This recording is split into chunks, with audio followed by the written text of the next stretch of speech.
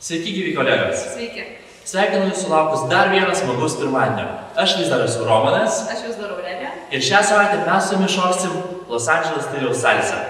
Taigi, pirmąją salsos pamoką mes pradėsim nuo susipažinimo su salsos ritmu. Visos salsa turi 8 skaičius, iš kurių šokame tik tais 6. Šokame 1, 2, 3, tada turim pauzę ir šokame 5, 6, 7 ir vėl turime pauzę. Pabandysim šitą ritmą pagauti kojomis. Visi parašėm kairę koją ir patrepsim vietą. 1, 2, 3, 5, 6, 7. Pakartojam. 1, 2, 3, 5, 6, 7. Taigi, trepšėjimą jau turim ir dabar susipažinsim su salsos pagrindiniu žingsniu. Taip pat parašėm kairę koją ir pirmą žingsnį mes einame į priekį. Tada grįžtame atgal ir pristatome.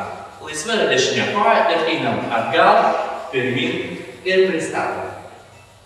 Truputėlį greičiau.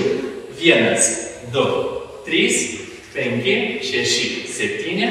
1, 2, 3, 5, 6, 7. Ir dabar šitą žingsnelį mes sušoksime poroje. Damos pradės dešinę koją atgal. 1, 2, 3, 5, 6, 7. 1, 2, 3, 5, 6, 7. Ir dabar mes sušoksime su muzika.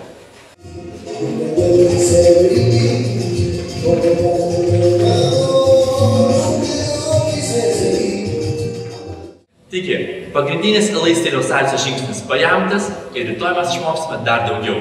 Iki. Iki.